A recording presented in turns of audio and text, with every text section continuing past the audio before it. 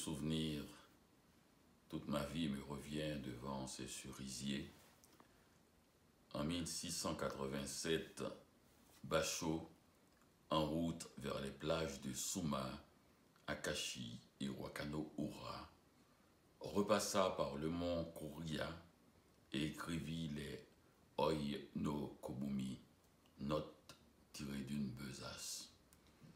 Il poussa ensuite jusqu'à Sarashina pour voir la lune d'automne sur le mont Obasut, la montagne où l'on abandonnait les vieux, et rédigea son voyage à Sarashina.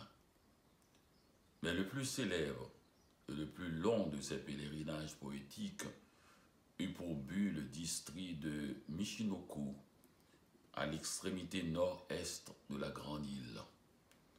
Itinéraire exténuant et périlleux que le poète et son disciple Sora couvrirent presque entièrement à pied.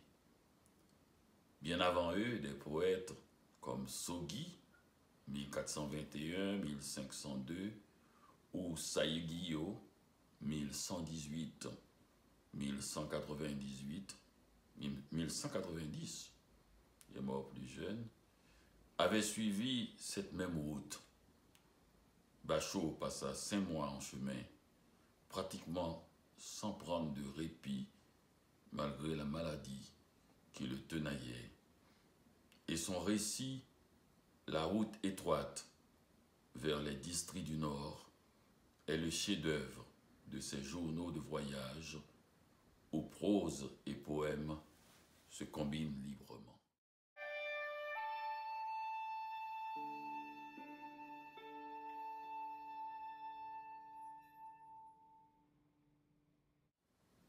Avant de partir, il avait vendu son ermitage comme un homme ayant passé outre et certain de ne pas revenir.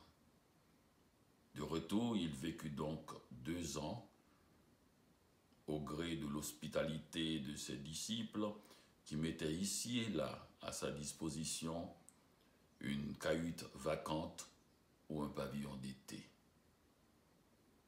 Il passa ainsi plusieurs mois au Gengo-on, l'ermitage de la vie éphémère, à Omi, puis au Mumai-on, l'ermitage sans nom, près d'Otsu, tous deux sur les rives du beau lac Biwa. Il séjourna aussi pour un temps au Rakushisa, le pavillon des vieux plaques miniers aux abords immédiats de Kyoto. Puis, en 1692, ses fidèles lui construisirent un nouvel ermitage du bananier à Edo, sur les rives de la Sumida, tout proche de celui qu'il avait quitté. Et y plantèrent non pas 1, mais 6 de ses arbres favoris. En 1694, Bachot reprit une dernière fois la route pour visiter les provinces du sud-ouest jusqu'à la grande île de Kyushu. Cependant, le fil de sa vie avait son terme à Osaka, où il mourut de dysenterie, vieillard usé, à 50 ans. On lui fit sépulture dans un temple bouddhique d'Otsu, jouxtant l'ermitage sans nom et donnant sur ce lac Biwa qu'il avait tant aimé.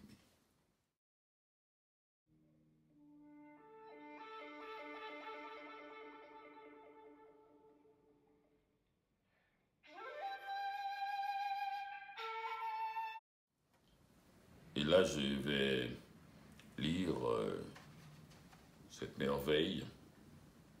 Je n'aime pas donner d'opinion avant lecture à propos d'un livre, mais ce livre m'avait frappé sur tous les plans, sur le plan esthétique, sur le plan de la forme, sur le plan du courage. C'était le dernier voyage de Bachot et de son disciple Sora sur la route étroite vers les districts du Nord. C'est le titre de ce voyage, la route étroite vers les districts du Nord.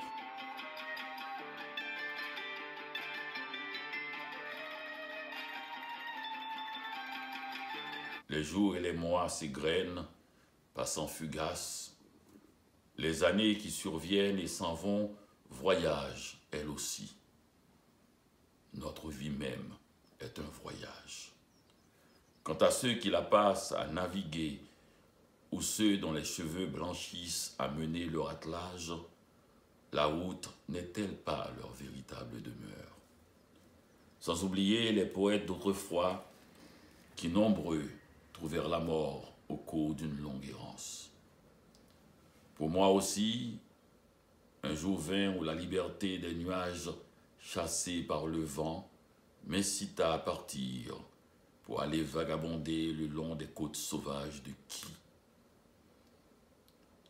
Quand de retour je retrouvai ma cahute au bord de la rivière, l'été était déjà fini, et le temps que j'emballais les toiles d'araignée, l'année arrivait à son terme.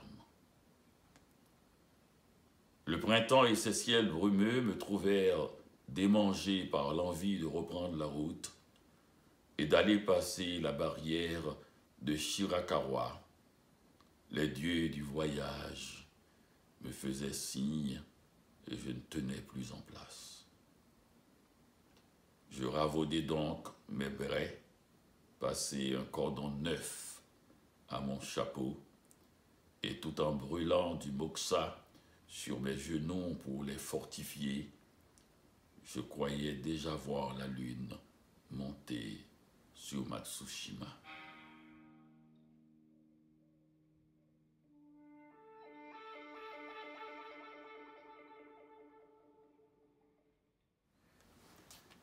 Je vendis ma cabane pour m'installer dans un pavillon où mon disciple Sampu m'hébergeait. Mais avant de quitter mon logis, je traçai sur une banderole ce poème que je fixai au pilier. Cette cahute d'ermite ne sera plus jamais pareille, maison de poupée. Départ. Le 27e jour de la 3e lune, vers le 18 mai, une aube brumeuse se leva. La lune pâlissait. Dans la mince lueur du ciel matinal, je distinguais tout juste le sommet du Fuji et plus près, les hautes branches fleuries des cerisiers du Hainaut et de Yaka. Et je me demandais, la gorge serrée, si je reverrais jamais ces images familières. Les amis qui, depuis la veille, nous tenaient compagnie, montèrent sur le bateau pour nous faire un bout de conduite. Nous débarquâmes en un lieu nommé Senju, et j'avais le cœur bien mince en pensant à l'aventure de 1000 lieues qui m'attendait. Bien que ce monde transitoire ne soit qu'un songe, j'avais tant de peine à m'en détacher que je pleurais. Mort du printemps, les oiseaux crient même, les poissons ont les larmes aux yeux. J'inscrivis cette strophe en épigraphe sur mon carnet de route, puis il fallut se quitter pour de bon. Nous traînions les pieds sans entrain et nous n'avancions guère. Ceux qui nous avaient accompagnés restèrent au bord de la chaussée jusqu'à ce que nous eussions disparu.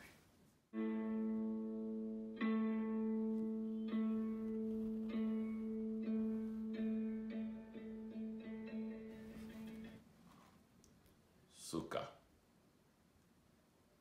Pensez que me voilà en cette dernière année de Genroku 1689, piqué du désir d'aller voir les lointaines marches du Nord, je pourrais aussi bien être en route pour le bout du monde. et le voyage est assez malaisé pour faire blanchir tous mes cheveux. Mais mes propres yeux verront enfin tous ces lieux connus par oui dire. Que je m'estime heureux si j'en reviens vivant, me disais-je en cheminant, me fortifiant de cet espoir incertain. Le soir du même jour, nous atteignîmes le relais de poste de Soka. Le plus éprouvant, c'est le poids du baluchon sur mon épaule décharnée. Je m'étais pourtant promis de partir d'un pied léger, sans rien que les vêtements que je portais. Puis un solide manteau de papier pour les nuits froides, un yukata de coton, une cape de paille pour l'appui, l'écritoire, l'encre et les pinceaux, toutes choses qui sont apparues indispensables, aujourd'hui me pèsent et m'embarrassent, sans compter tous les petits présents d'adieu qu'il n'est vraiment pas séant de refuser. Moi je le dis toujours, j'entre dans le récit, je m'excuse, ne faites pas de cadeaux aux voyageurs, ça alourdit la route.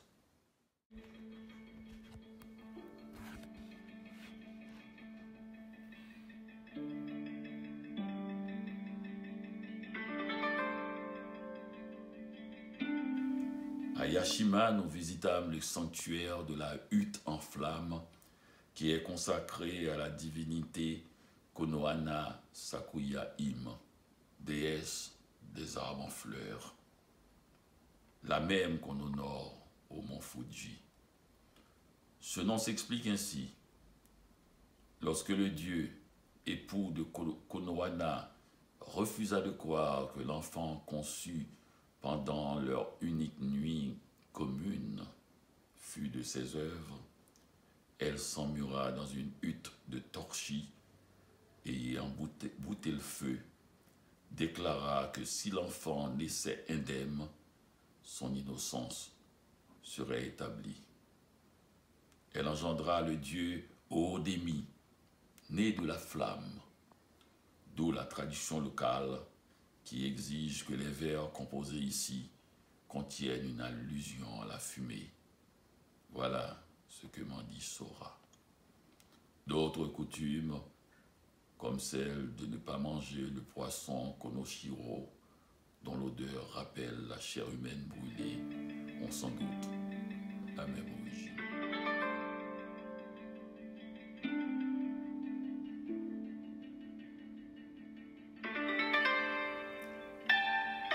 Gozaemon le Bouddha, le 30e jour de la 3e lune, vers le 21 mai, nous fîmes étape au pied du mont Nikko. L'aubergiste nous déclara « Chacun ici m'appelle Gozaemon le Bouddha. Pourquoi? Parce que je fais passer l'honnêteté avant tout et en toute chose. Vous pouvez dormir sous vos deux oreilles, vous n'avez rien à craindre ici. » Nous nous demandâmes quel Bodhisattva avait bien pu venir s'incarner dans ce monde trompeur expressément pour prendre soin de deux moines pèlerins et mendiants.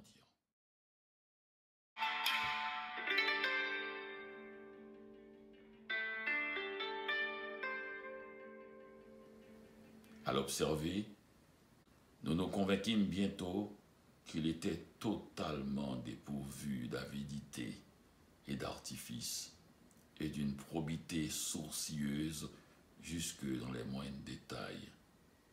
Le modèle même de l'idéal confuséen du Goki Bokudotsu, droiture de caractère et honnêteté sans après. Ce genre de personne mérite la plus grande considération. Nikko. Le premier jour de la 4e lune, vers le 22 mai, nous allâmes faire nos dévotions au mont Nikko. Jadis, le nom de cette montagne s'écrivait Ni-ko, avec les caractères chinois signifiant deux et sauvage. Mais lorsque Saint Kukai y établit un temple, il modifia cette lecture en Nikko, soit soleil et lumière. Était-ce prescience de ce qui devait arriver 1000 ans plus tard, puisque aujourd'hui l'éclat de l'auguste maison des Tokugawa illumine le firmament et étend jusqu'aux provinces les plus reculées du pays bien fait. Paix et sécurité pour chacun. Saisi d'une révérence respectueuse, j'hésitais presque à prendre mon pinceau. Lieu béni et sanctifié, verdeur des jeunes frondaisons, percées par le soleil.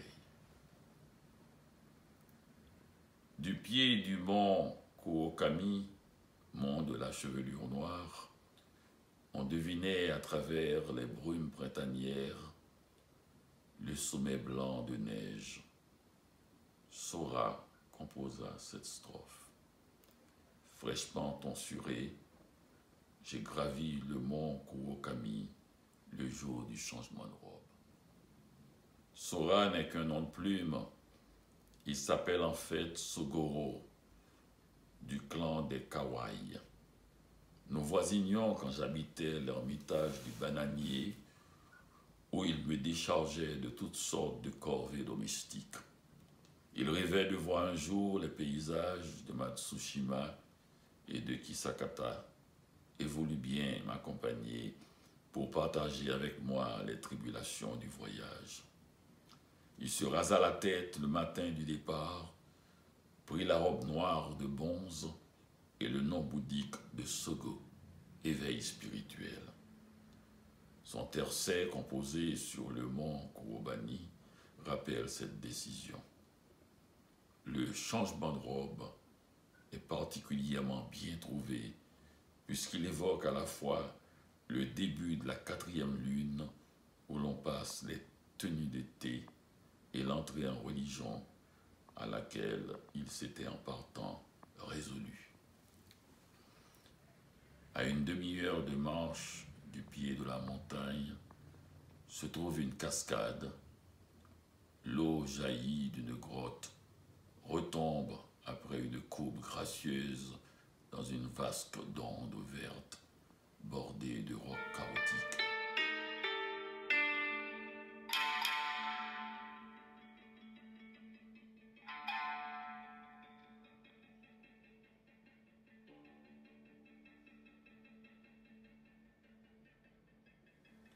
L'usage est de se glisser dans cette grotte et de jouir de l'envol de la chute d'eau, d'où son nom, Urami no Taki, la cascade vue par derrière.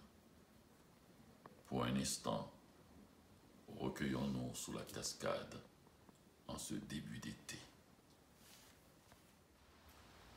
Kuroban. Nous nous sommes fait annoncer chez un certain Joboji, intendant au manoir du seigneur de Kuroban. Il était ravi de cette visite inopinée et nous passâmes à bavarder le reste de la journée et la nuit tout entière. Son jeune frère, Tosui, s'empressait auprès de nous de l'aube à la lune montante, nous reçut dans sa propre maison et nous fit inviter par sa parenté.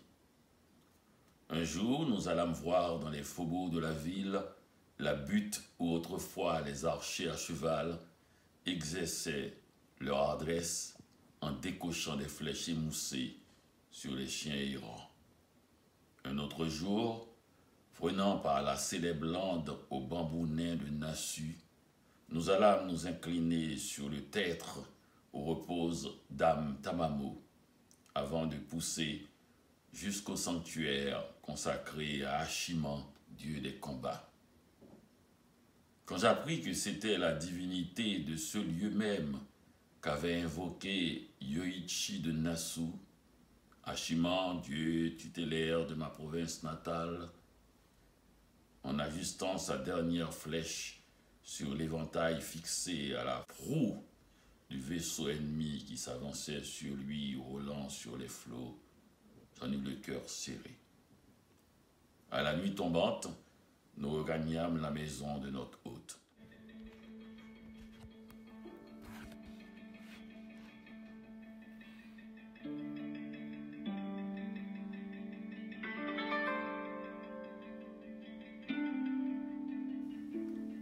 Il y a également à Koroban un monastère bouddhique de la secte Shungen, le Komoyo-ji, où j'allais faire mes dévotions devant l'image et les hauts socles de bois du fondateur en lacette qui passe pour avoir ainsi chaussé, parcouru les collines de la contrée, prêchant l'éveil et la bonne loi.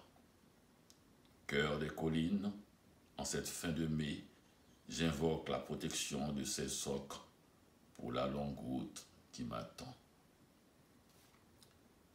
Unganji.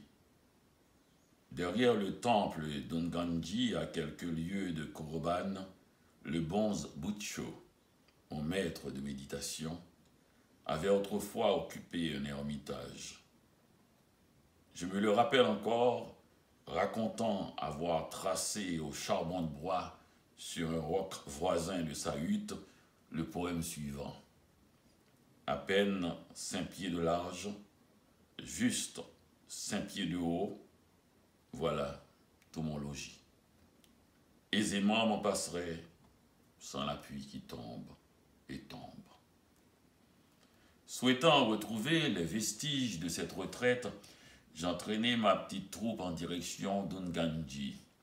Des jeunes gens de Koroban s'étaient joints à l'excursion et le trajet fut si animé et gai que nous étions au pied de la montagne sans même nous en être aperçus. On voyait le chemin s'élever puis disparaître en amont d'une vallée dans une épaisse forêt de cryptomères et de pins. La rosée faisait briller la mousse, et bien confus dans la 4e lune, l'air était frisquet. Après avoir joui de la vue au lieu dit les 10 paysages et franchi un pont, nous passâmes sous le portail du temple. Ne sachant où chercher la hutte de la Sète, j'escaladai un versant escarpé derrière le bâtiment et découvris là un minuscule ermitage accolé à une anfractuosité du roc.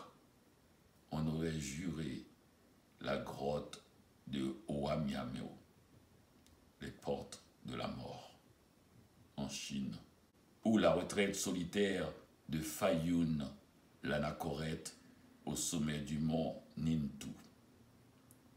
Pic Vert ménage là cette hutte vermoulue dans le vallon feuillu.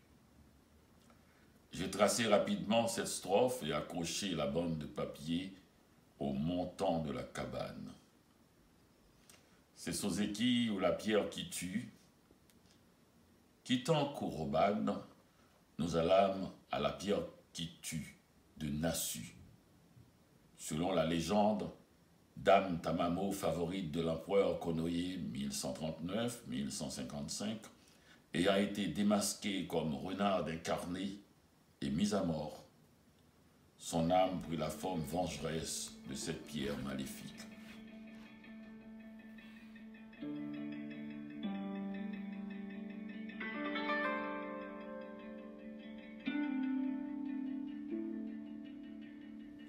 L'intendant du Seigneur, notre ami Joboji, prêta des chevaux pour l'excursion.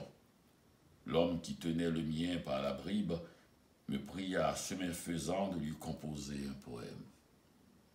Étrange marque de finesse de la part d'un simple palefrenier. Et en un instant réfléchi, j'improvisai pour lui dans le genre maniéré la strophe suivante. Par le détour de la lande, mène mon cheval jusqu'où le coucou chante. La pierre qui tue se trouvait dans un creux de rocher où jaillit une source chaude. Si forte est encore l'action méphitique de cette pierre que les cadavres d'abeilles et de phalènes jonchaient le sol alentour d'une couche si épaisse qu'on ne distinguait pas la couleur du sable. Le sol de Saigyo à Ashino. Les fameux saules poussés au bord du chemin où coule une eau limpide font le renom du village d'Ashino. Nous les avons trouvés sur une petite digue entre deux rizières chargées de feuilles neuves. Ces saules, dont le chef du district m'avait tant de fois vanté les mérites, j'avais fini par me demander s'ils existaient pour de bon. Et tout à l'heure, voilà que moi, Basho, je me trouvais assis à l'ombre de ces arbres légendaires. Une rizière entière aurait pu être repiquée avant que je m'en arrache, saule de Saigyo.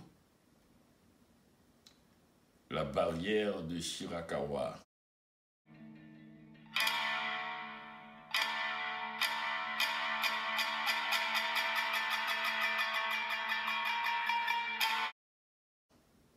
Passer le contrôle des exemples à la barrière de Shirakawa, le sentiment de l'aventure s'est vraiment emparé de nous.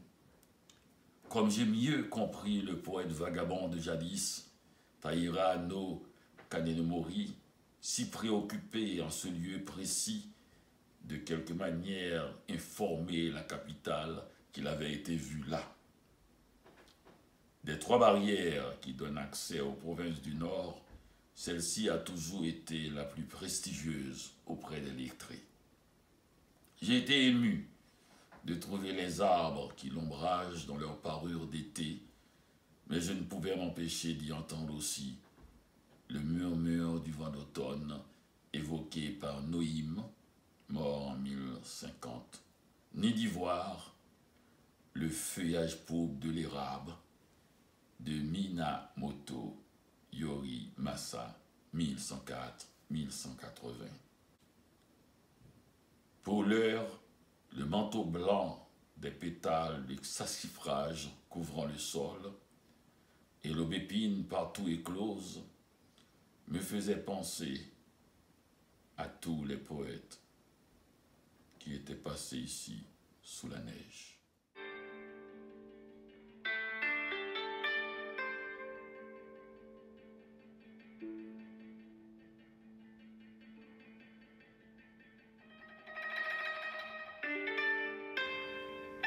Si l'on en croit Kyosuke, un noble d'antan, franchissant la barrière, changea ici sa coiffe et endossa une tunique neuve pour rendre ce passage auspicieux. Au-delà de la barrière, nous cheminons tout blanchis de pétales, vêtures nouvelles. Sukagawa, passé la barrière et franchi la rivière Abukuma, on aperçoit sur la gauche le sommet du mont Bandai qui domine de toute sa hauteur le pays d'Aizu. Sur la droite, les districts d'Iwaki, Soma et Miyahu s'étendent jusqu'au pied des collines qui les séparent d'Itachi et de Shimotsuku.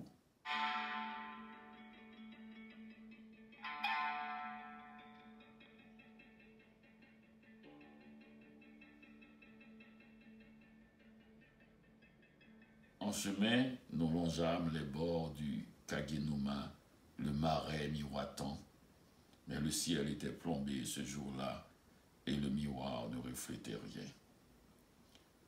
À l'étape de Sukagawa, nous rendîmes visite au poète Tokyu, qui insista pour nous garder quelques jours. Nous n'avions pas défait les cordons de nos sandales qu'il nous demandait nos impressions de la barrière de Shirakawa. Je répliquai qu'après les fatigues d'une longue route, saisi par la beauté du lieu, étreint d'émotion à la pensée de tous les poètes jadis passés ici, je n'avais guère la tête à versifier. Première leçon de style, les chants de repiquage des paysans du Nord. C'est tout ce qui me vient alors à l'esprit. Mais je n'aurais pu décemment passer cette barrière sans lui consacrer une strophe au moins. Prenant ce tercet pour amorce et rimant tour à tour, nous composâmes 3 stances de vers liés. Au-delà de Shokagawa, nous tombâmes sur un ermite qui vivait retiré du monde, dans une cahute à l'abri d'un gigantesque châtaignier. La paix rustique et la solitude de sa retraite me remirent en mémoire le poème de Saigyo. Au cœur des collines, enfin goûter l'eau pure qui ruisselle des montagnes, en récoltant les châtaignes tombées ici et là. J'ai sorti mon écritoire et noté ce qui suit. Le caractère chinois du châtaignier signifie aussi arbre de l'Ouest, et la croyance populaire l'associe obscurément au paradis de l'Ouest du Bouddha. Le vénérable Gyoki, sa vie durant, usa du bois de châtaignier pour son bâton de pèlerin et pour la charpente de son ermitage.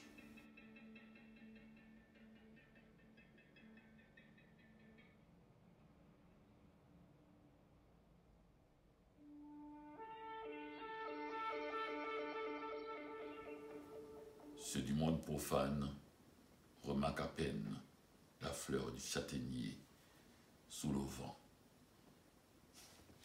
Il y a là toute la poésie de ce poète Bachot et toute la poésie de cet art de vivre où l'on remarque la fleur du châtaignier sous le vent. Ceux du monde profane, c'est-à-dire tous ceux qui ne sont pas sensibles à la poésie, tous ceux qui regardent sans voir, qui écoutent sans entendre, n'entendront pas le chant de l'oiseau, ne verront pas la fleur du châtaignier. C'est un peu, enfin, ce que j'ai toujours compris en lisant Bachot. C'est un exercice pour voir, un exercice pour réactiver notre cœur au monde qui nous entoure, dont nous ne sommes pas le centre. Et c'est ça la force de la poésie de Bachot. Il balade avec son disciple Sora à travers tous ces paysages grandioses, mais jamais ils ne se prennent pour le centre de ce monde si riche, si multiple, si varié. Tout ce qu'ils peuvent laisser, c'est quelques vers ici et là. Il se trouve que ces vers ont traversé 1000 ans aisément et qu'aujourd'hui, on puisse entendre la voix du poète.